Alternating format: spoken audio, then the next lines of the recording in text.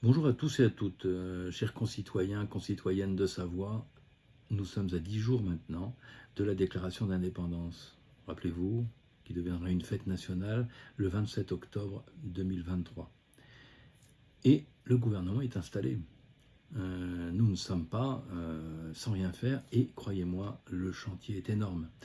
Il concerne évidemment tous les secteurs de la vie de société.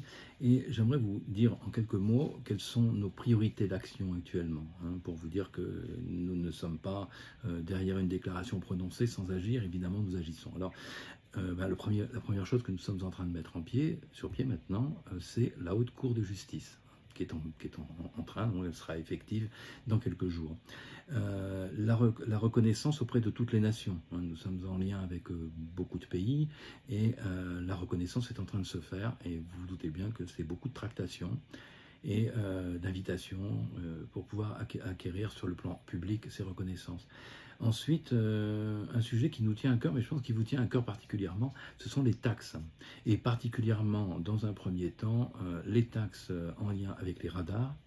Donc nous sommes en tractation, en négociation avec ça, on va mettre ça en place maintenant.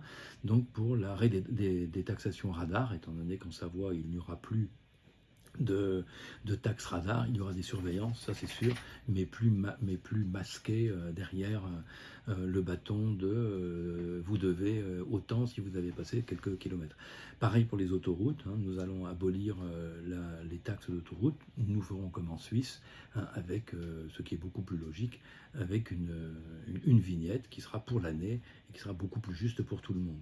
Ensuite, aussi un chantier qui est très intéressant et important, sur lequel nous sommes en train de travailler, c'est la réintégration des soignants, de tous les soignants, tous ceux qui ont été, et pas simplement les soignants d'ailleurs, qui ont été bannis de cet état parce qu'ils refusaient l'injection. Donc ça, nous sommes en train de travailler là-dessus aussi, et aussi toute une série de négociations maintenant que nous sommes en train d'entamer avec toutes les administrations françaises présentes sur nos territoires, en illégalité totale depuis le 27 octobre. Il faut bien comprendre que l'action que nous avons faite, qui a été mijotée durant 4 ans, et suite à tout ce qu'il y a eu lieu comme combat des différents groupes savoisiens, en commençant par la Ligue savoisienne il y a une petite trentaine d'années maintenant, eh bien on est dans l'aboutissement.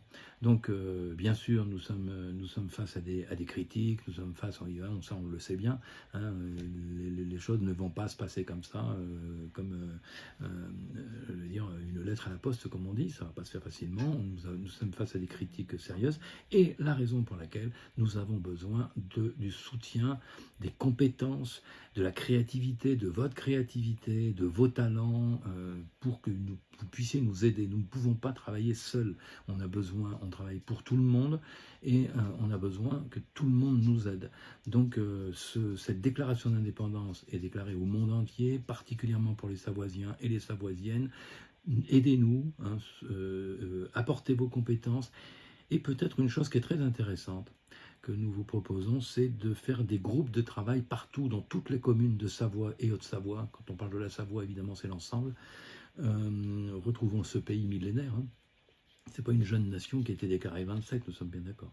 Donc à partir de là, aidez-nous et basez-vous sur la déclaration, enfin sur la devise de notre déclaration, bien sûr, et sur la devise du pays, que nous avons choisi depuis plusieurs années maintenant, qui est donc souveraineté, intégrité et respect. Merci à vous, à très bientôt.